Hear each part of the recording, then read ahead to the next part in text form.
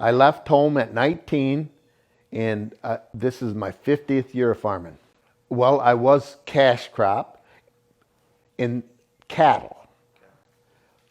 When Dennis came along, I ended up leasing out a majority of my land to Dennis, and I just kept the cattle. I have 200 head of a cow-calf operation.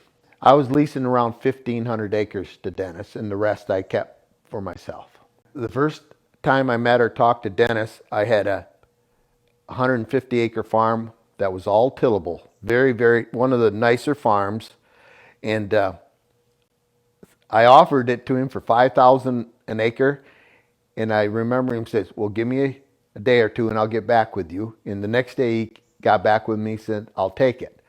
What I did, I sold it to him on a land contract.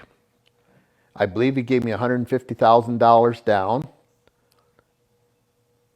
And the payments would be $50,000 a year. The total price was $750,000 for the 150 acres. Let's use around 2010. And then he mentioned, or the conversation went on to other ground I had. And the next year, I leased him approximately 1,500 acres. And I believe it was a 3-year lease. The first 5 years were fine. The 6th year, things got a little choppy, and I was very, very ill.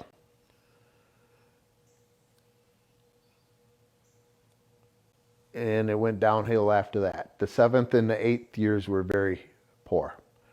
I believe I got $215,000 for the last year 7 and year 8. I got a total of $215,000. So the balance. I got a judgment against Dennis for $448,000. And the rest I didn't go after to get. It's just over $1 million that is owed to me. And I did go through the courts and get the 150 acres back.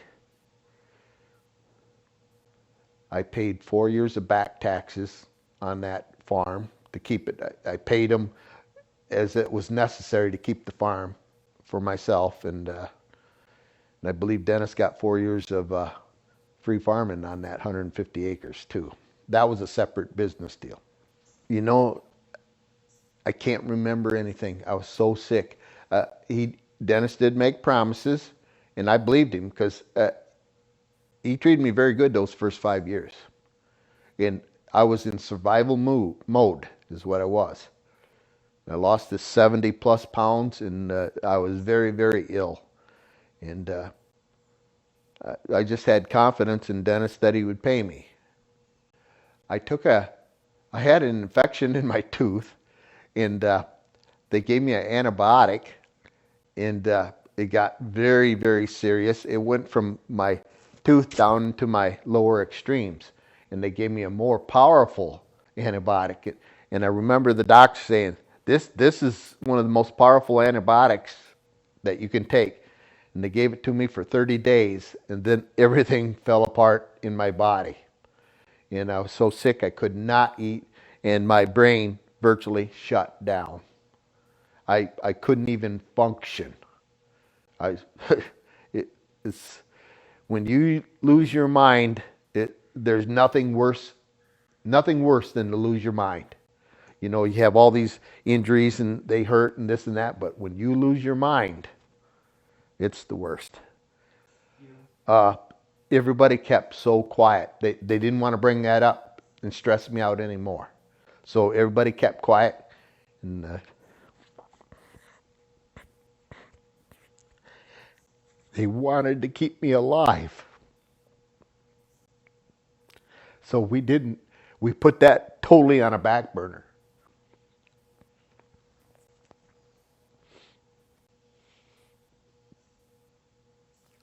When I got a little healthier, we had a situation where Dennis, his wife, and his son started a new LLC.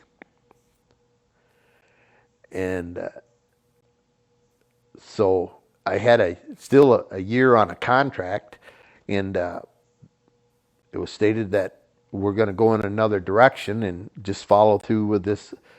It was called New Heights, and so they sent me a check for $215,000.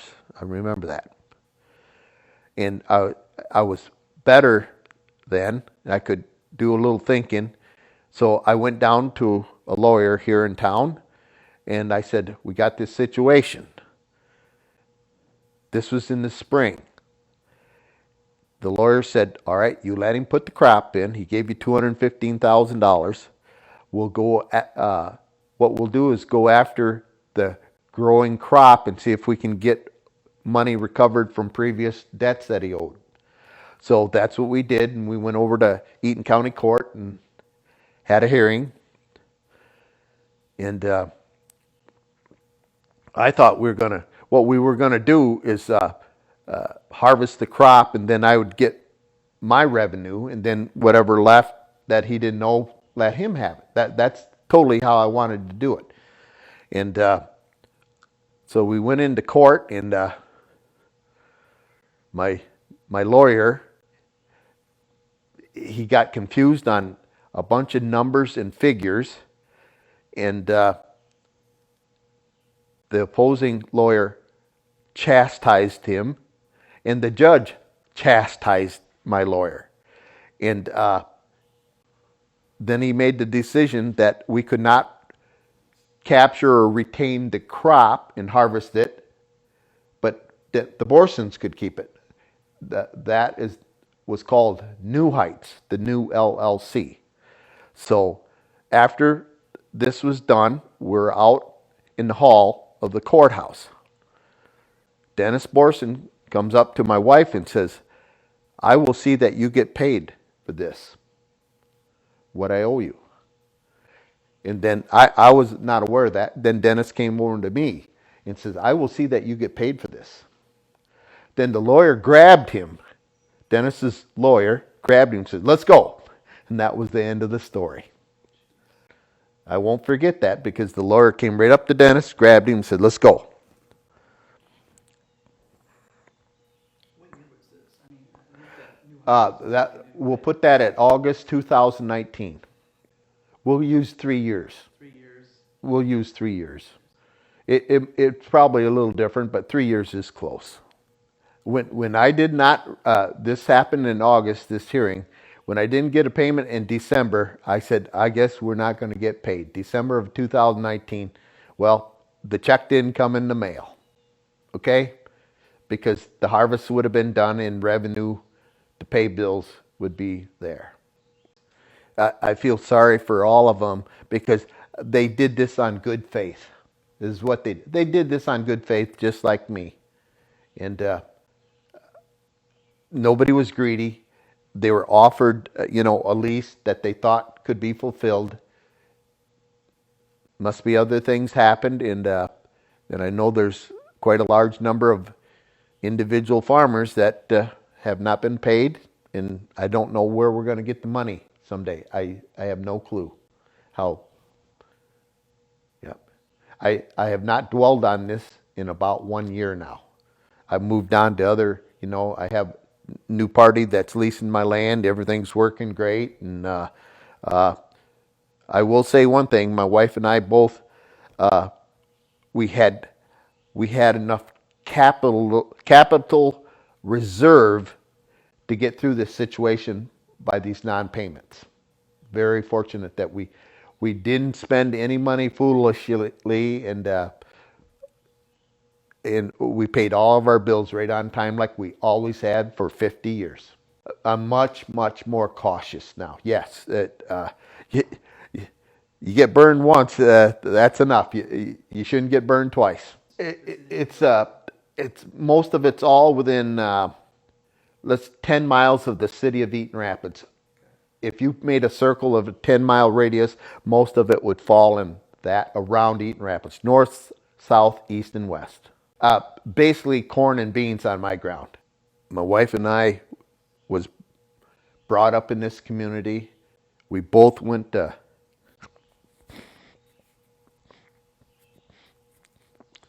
one-room schools. So,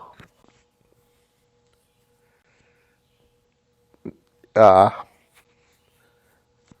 her family's been here 70, 75, 80 years. My family's been here 70 some years, so we're part of Eaton Rapids. Yep. Our grandkids go to school here and we follow the sports. Yep.